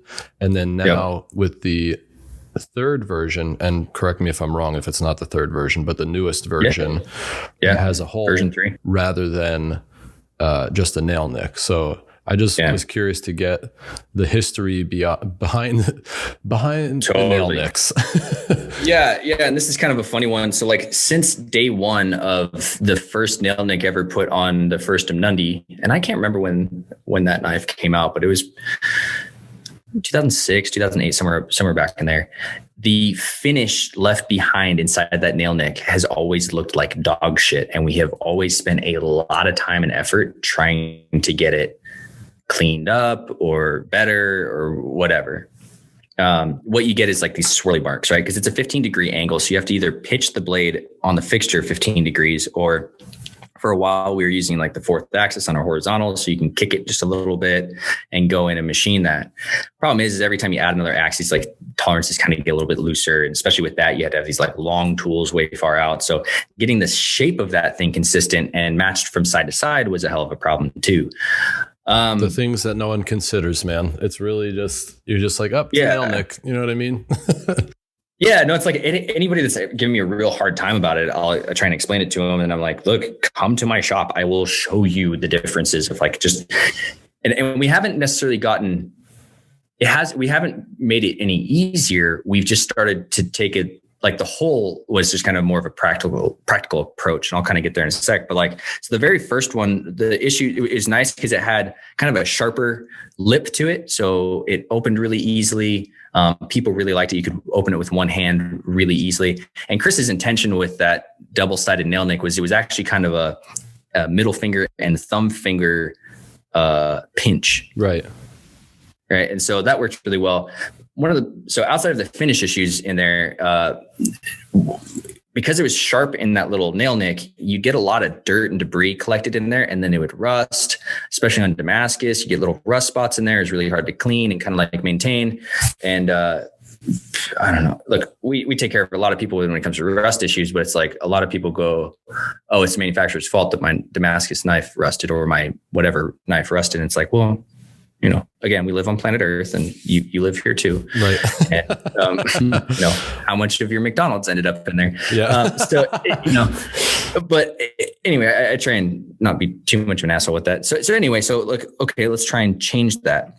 So Chris then went to that more rounded, nail nick. And so it was actually pretty clever. I mean, the design of it, I mean, you have this kind of like double step in there, and there's some expensive tooling to do that. So, very, very quickly to explain end mills to somebody. So an end mill is what we use to like profile stuff on a milling machine. If you're looking at the end mill on the side, so it's got flutes like a drill. There's a standard end mill is square on the bottom, right? You have what's called a ball end mill, which is a full radius. So it's like a half sphere stuck on the very tip of it. And then you have what's known as like a radius end mill, or a bull nose end mill, or where it's flat on the end, but it's got a radius on the corner. We use two different bull nose end mills, one at a 60-degree radius and one at a 30-degree radius, stacked on top of each other to do that. And we still got shitty finishes, and we still had them fluctuating all over the place, and made that nail nick for way too long. I mean, Chris was at the USN 2016 and like swung past the table because he was just out, having a good time and drinking scotch with his buddies. Him and Tony just drank scotch the whole time. Tony Marfione. Anyway, so he comes scooting by and he picks up one of the Nundies, and we're standing there. And he's looking at the nail nick. He's like, really need to change that. Like, God damn it. Like, we've been making it like this for how long? But, things just have to develop and they take time to develop. You have to try ideas out. Chris is always the first one to say, like, I've got ideas. We try them, and not all of them land. Sometimes you got to try something else. So anyway, long story short, we needed to move the Nundy blade profiling onto a different milling machine that didn't have a fourth axis. We're having a lot of issues with that finish and like all those kind of things. We've been banging our heads against a wall. We thought, look, is it time to just redesign this thing? We can hold the parts different. We can just take a different tack at it. So I said, look, is it time for us to pop a hole right through it and give that a try? Chris had actually suggested it back in 2016. So for all of the guys that say that this is not a Chris Reeve design, it was definitely a Chris Reeve suggestion. So anyway, we kept the same shape, and we popped it all the way through. And then I added a little, like, really wanted this little progressive chamfer in there, which is really difficult to do. So, but what we're doing is we're taking a perpendicular approach. So we're always, like, the blade's always flat on the table, and then we can come in with an end mill, perpendicularly down to it, as opposed to like having to kick it 15 degrees or do wacky stuff like that.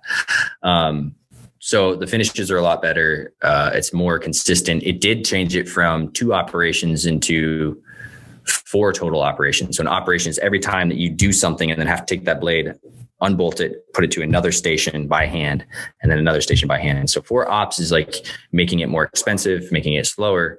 But again, we have a more practical and consistent approach. I think it looks really good. You get back to like getting more purchase on the blade when you go to open it. So I think we solved some issues and we pissed off other people, and that's just kind of how bringing new products out is. So who knows? But does it open one-handed now that there's a hole, or? Yeah. Oh, What's funny is the second one opened one-handed too. You have to press a little harder, because that's the one. Yeah. That's the version I had. So I never had the first one. I don't have the new one, but I had the second one. And if you get your finger in there, you can open it. Not too difficult. It's fine. It's just it's more of a gentleman's knife, as we've discussed, and maybe it doesn't fly open. You know what I mean? It's just more of a slow deploying knife. I really like this knife so much. I think the polish sometimes is a little bit too fingerprinty for me. So that's why I gravitated towards the Dammy one with, what did I have? I had a bog oak scales and and raindrops. Yeah, those are actually inlays. Yeah, those are inlays on handles. So they're in. Yes, because they're not screwed in. So how do the inlays work actually? Are they glued in? What's the science behind the inlays on the knives? And are they all the same across all the models that you guys have? Yeah, we have the same approach on each one. Essentially, we pocket out the little pocket that it sits in. So that's why it's called an Inlays. It's actually inset into the handle. So if you stuck it on top and there was no inset, then it would be called an overlay. Right. So yeah, and back to like your end mills, we use a standard square end mill. And pocket that sucker out, and then we use a double-sided VHB sticky tape. And so I've had a couple people like, "What the fuck? You tape your inlays?" And I was like, "Okay." That's definitely what people like, say. check this stuff out. Yeah. I mean, I think we're using the 5 or 8 thou thick tape. It's VHB is a highly technical term for very high bonding. It's made by 3M. We have it clicker cut to the shape of the inlay, and I think it's about 20 or 30 thousandths near net smaller than like the profile, so it doesn't hang up on the corner of the pocket when you're going to put it in. And what's cool about that and why we use it as opposed to like gluing them in or epoxy or something like that is with organic materials and even some synthetic materials, they can expand and contract. And that inlay's designed to be made about 1 or 2 thousandths of an inch smaller than the pocket. So it's not a press fit, it's a slip fit in there, but it has to be, no gapping and that kind of stuff. So you have like a wood that gets cut in dry Idaho, say it goes to like Arkansas or something like that, and it starts to swell. Even if it's stabilized, even if it's a really hard wood, they can do that. And so epoxy will crack and just fall out, where we've seen, like we've had warranty ones where like it's rainbowed out of the handle and it's still being held by the tape. And you're like, oh, the tape's working pretty good.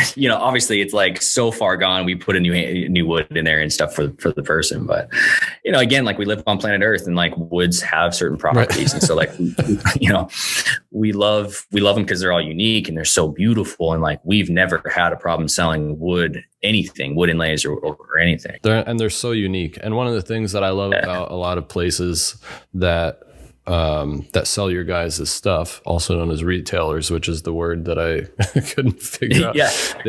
I like when they photograph each individual knife, because then you can see, because there's so much variety between wood patterns and stuff like that. Yeah. And actually right now on my screen, I just Googled the Imnundi, and the first thing that happened to come up is a new version at DLT with S45VN, and it has something I've never heard of, Elferin Super Tusk Micarta. And now I got a bone to pick with you, no pun intended, because you told me that there was not going to be micarta because it's a gentleman's knife. Right. But this did look like ivory at first glance, so I'm guessing that's why it's there. Yeah. So we used to do mammoth ivory inlays and mammoth bark inlays, and they're awesome, just absolutely beautiful. We discontinued them a handful of years ago. Just a lot of it comes down to the pain in the ass of shipping them. I mean, it machine's great. It's very nuanced to work with and everything, but they're just stunning, and everybody loves. Yeah, they go for like $1 zillion on the secondary market too, because they're so rare. Yeah. And Chris loved working with ivory. I mean, for years, anything that's kind of bone and ivory, he loved working with, and was actually very, very good at working with various ivories. So anyways, and we always used mammoth ivory because it was legal most places. But as the ivory bans started to really start showing up and cracking down, even places that were like restrictive, but not banning ivory, like where mammoth was fine, but elephant ivory wasn't okay. You'd still get like border customs, hang-ups, and all sorts of just nightmare stuff. Yeah, for the customer and for us, our customer service crew. So we just finally just got to a point like, look, we got to stop doing that. So we've DLT Trading's been they're one of our biggest dealers. They're just an absolutely awesome crew. Yeah, Jason and Paul and the rest of their crew. They're like just big-hearted Americans that just try and do straight up honest business. They know how to run a business. They're just awesome people. So we've been working on in conversation with them on doing an exclusive for quite a long time, which is how all of these exclusive conversations go. And we kind of circled around on that and pitched it to them. We found the material when we were out at the IWA show, which is like the SHOT Show of Europe. It's in Nuremberg, Germany. And we kind of stumbled across the booth, and this Elferin synthetic tusk is what it is. So Elferin's been starting to be widely used in the pool cue world. Is Elfrin a brand or is it a material? It's the brand name for this material. Kind of like, so micarta is technically phenolic resin, and micarta, the name is I think owned by Norplex. Norplex micarta, something along those lines. Micarta is just a phenolic resin. Same thing with G10. It's just a phenolic resin. Your computer motherboard, the green thing in there, that's phenolic resin with fiberglass in it. So it's always funny when people like talk shit on G10 but love micarta. It's like, well, micarta's just got canvas in it or paper in it, as opposed to fiberglass, right? Like it's the same shit, right? So anyway, and I think we actually have it wrong calling it a micarta. I think I was corrected, and that's something we might have to look into. I think this Elfrin is technically not a micarta. So, yeah. Whatever it's called, it looks cool as shit. Yeah, it acts very similar. The closest you could get is like using a paper micarta or something. That's what I was going to say. It looks like paper. Yeah, but it actually gives you, they replicated like ivory swirls in there and stuff. And it looks stunning. It looks really good. Yeah, it machines great. It polishes great. Like it's really cool stuff. So it was like, hey, we might be able to just scratch this itch and do that for Blade HQ or DLT. So Nundies, and then Sebenza 31s are showing up at some point. I can't remember when. Love it. But this year, I love it. It'll look stunning with that big ass front inlay and stuff. Yeah, man, that's going to be sick. I would love to get another Imnundi. I have this beef with Blue Anno, so I would probably just remove that from the pivot. No offense, but it's just not for me. Yeah. But yeah, I really like the idea of the hole instead of the nail nick for all the reasons that you said. I completely understand that, and I think it would be easier to open the knife with. But that's something I'm going to keep my eyes peeled for, because I'm sure they're out of stock everywhere. I'm literally scrolling through DLT's website right now, and there's not a single Chris Reeve knife in stock. No lefties. It's wild. No nothing. Yeah. No Dammy. No super expensive, large Damascus.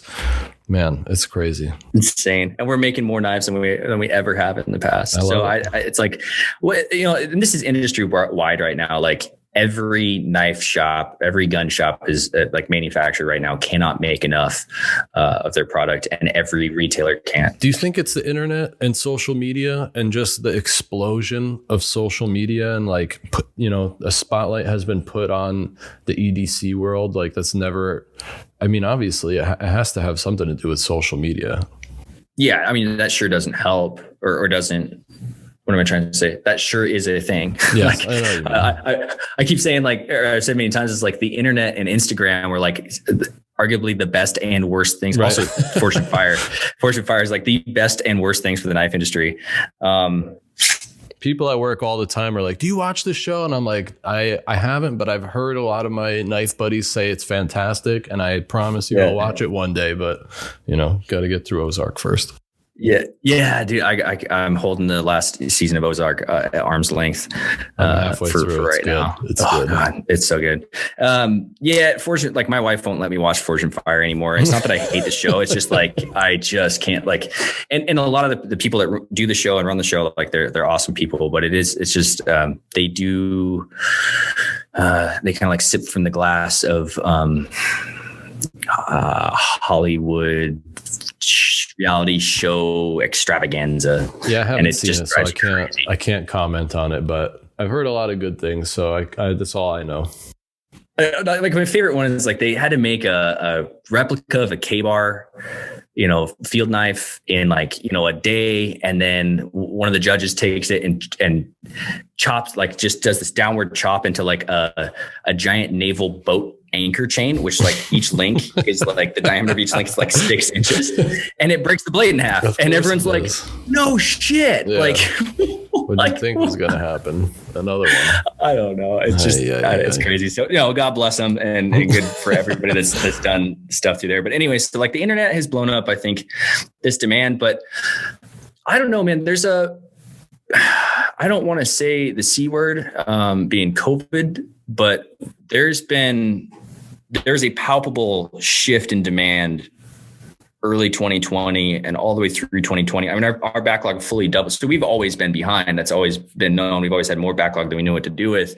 And it fully doubled in 2020 alone and continued on that trajectory all the way through 2021. Like we're sitting looking at backlog numbers that we just don't even know what to do with.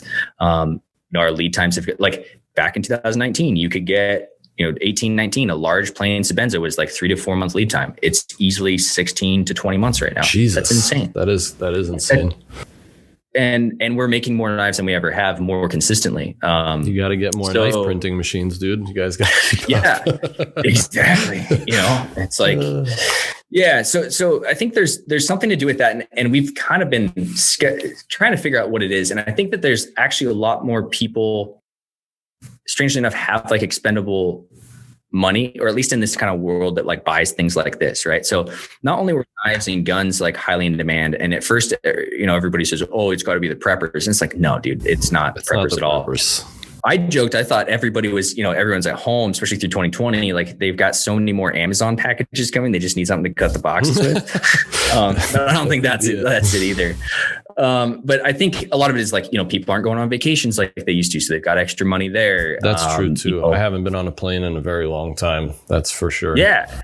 Yeah, I'm flying to Mexico in like 8-9 days, and that's going to be kind of interesting. Sick. I've never been to Mexico either, so that'll be kind of fun. So fucking cool. Mexico is awesome, man. It's the nicest people. The food's fantastic. Everything's so cheap. You'll have a great time, dude. I'm stoked. My wife went last year with one of her friends, and she's like, "I'm taking you back there." So yeah, it's a good move. I like that move. Where are you guys going? Sayulita, which is like Puerto Vallarta. So it's like West Coast. I don't know. It's West Coast. Got it. Yeah. I've only been on the East Coast. Obviously, it makes more sense. Okay. Yeah, I'd really like to get into like just like south of Texas area where you get into like the high desert. Oh, I would love to go down there. I love like I live in the high desert at home, and so I live around a bunch of like cowboys and ranchers and cattle people, and so like I would love to go see like the Mexican cattle culture. I think it would just be so cool. I would love a trip to anywhere with anything remotely close to that, because I live in the opposite of that. It would just be nice to just be able to breathe some fresh air. Yeah, man, I take my hat off to you for living in, staying in New York for so long. I can't believe it. It's a cool place, but I don't. It is. It's definitely changed a lot. It's stressful. That's a whole nother conversation, but yeah, it's I need a vacation. Let's put it that way. Yeah. We'll get you out to Idaho, man. We'll show you a lot of fresh air. I wouldn't even know what to do with it all. I'll tell you right now. It would be awesome. We can take it slow. Yeah, man. I'm just so I don't know. I don't even know how to say it. Like, Chris Reeve Knives is just, I think everybody agree. It's the weirdest thing, because everybody will agree that it is the gold standard for pocket knives. And I feel like you guys are smart to just keep doing the things that you've done well for so long.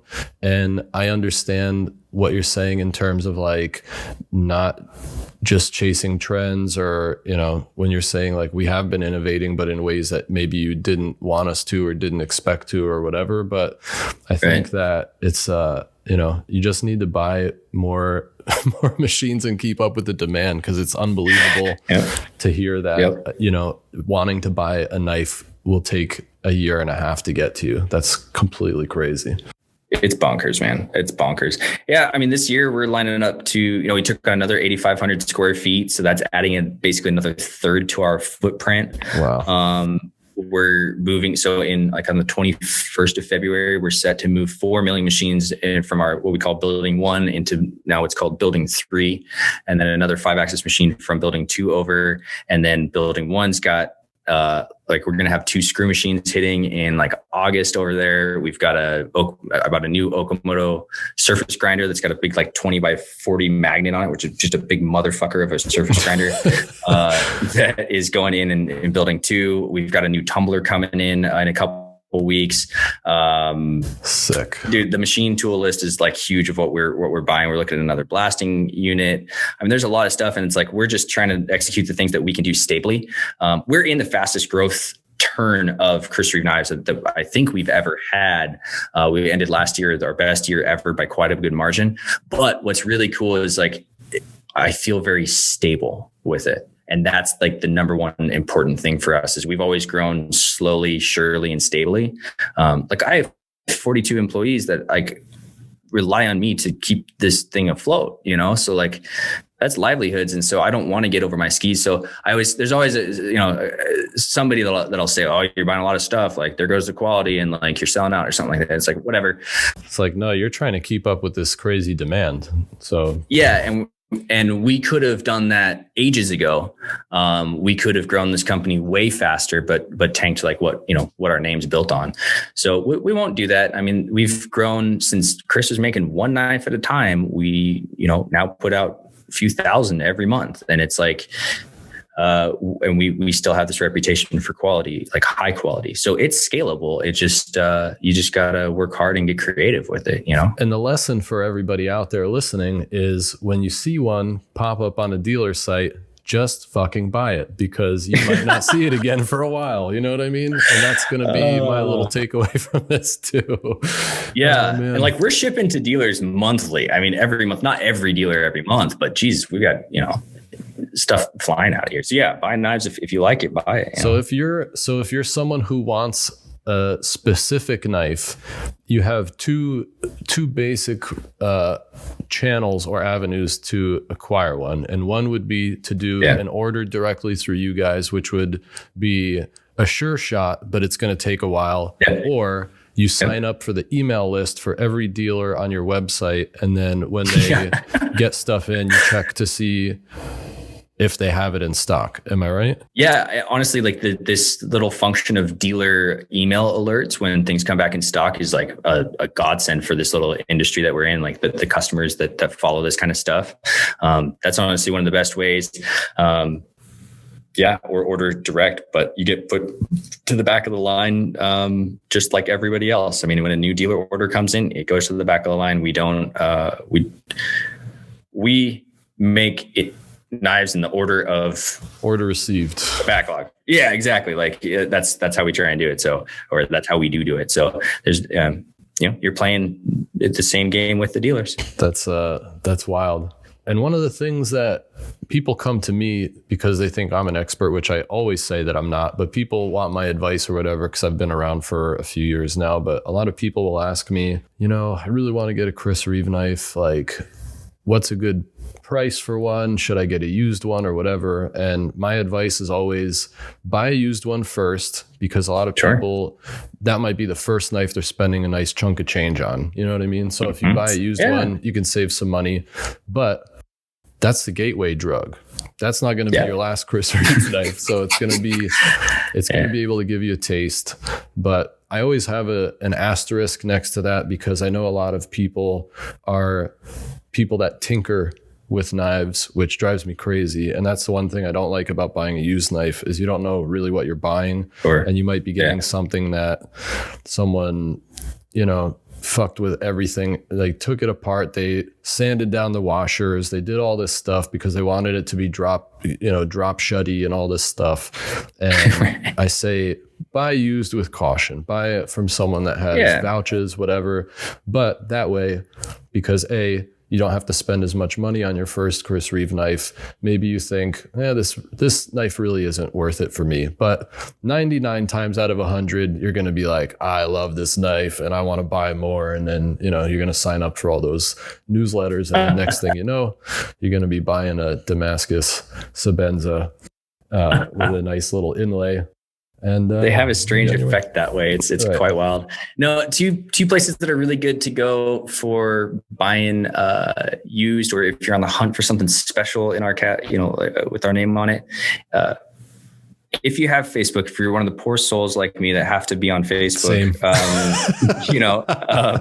go to it's like CRK Exchange or Chris Reeve Knives Exchange page, and CRK BST, so buy, sell, trade. Those are ran by really reputable people in our customer fan base, and they're kind of tied to, there's the Chris Reeve fan page, and there's a CRK Addicts page. And those are kind of like the 4 big Facebook groups ran by just a pile of awesome people. I mean, honestly, customers of ours that have become dear friends over the years. And that's the right place to go. They keep a very reputable buy, sell, trade kind of world over there. So check that out or work with the dealers. Yeah, there's stuff always popping up, and just be patient and you'll find what you want. It just takes time a lot of times, especially with stuff that's highly sought after, and there's more people that want them than, stuff that exists. So that's the basic name of the game there. But yeah, man, I'd like to get a Sebenza in everybody's pocket. That'd be great. We're working at it. And I think everyone should try one out, or at least borrow one from a friend at some point, and just have one for a week or a month or whatever, at the very least, just so you can see what the hype's about and get a little piece of that history. And, because your dad was, let's say, one of the 2 people that made the frame lock, if you want to bring Michael Walker back into it. But obviously it's such a piece of history in the knife world, and way ahead of the curve with other knife brands. And I think a lot of knives wouldn't exist had it not been for Chris Reeve Knives. So I think everyone should check one out. And again, I'm not just saying this because you're on here. I've said this on the podcast before. I tell people this all the time. And, I think they're awesome knives. I really am happy to have one back in the collection. This one's staying. I just need to get some 325 cord, because all I had is 275 and it's rattling around and it's driving me fucking crazy, Tim. Oh, yeah. It's classic. I switched it to gray, just something a little different, but nice. No, it's funny because that, like, the glass blasted handles and silver hardware is kind of like a lot of that's how I dress up my Sebenzas, if you will. My old man loved the blue anno, and I really like silver.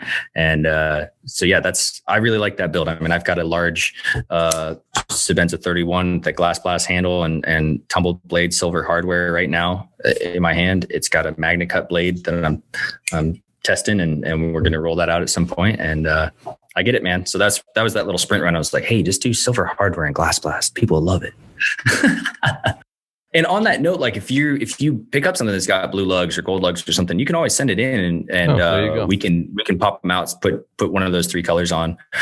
We can also switch from single to double or back. So, it's just a couple weeks and we can get it turned around. So yeah, a lot of people are like, oh man, I see one, a blue lug Sebenza for like the perfect price, but I don't like the blue. It's like, well, send it in to me, and we always match the back spacer to it. We're just kind of weird like that, but we'll always match the back titanium spacer and the lanyard pin to that thumb lug, just so it's all the same color. But we can change those colors out pretty easily. So keep that in mind. That is a good little pro tip. And I'm glad I didn't know that, because then I wouldn't have had this glass blast, and I'm so happy with it. So I'm super pumped.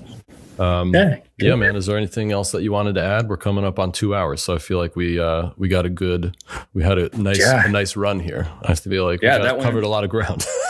Yeah, that went fast. I mean, great questions, Tom. Like, this is you got a great little thing going here. Thanks, man. Both my wife and I have just loved your aesthetic is so good. Thanks, dude. I love the podcast, like artwork is just so sick. Like the record, Thanks, but it's just stuff that I love. I'm a huge hip hop fan. I like a lot of different music, but I'm a huge hip hop fan. And so there's like this seeping style and aesthetic that goes into your stuff. So your photography, all that kind of stuff. Thanks, so dude. Though I live out in the sticks, I do love like the urban style. Oh, man, you only listen to country music and ride horses. Everybody knows that. Yeah, exactly.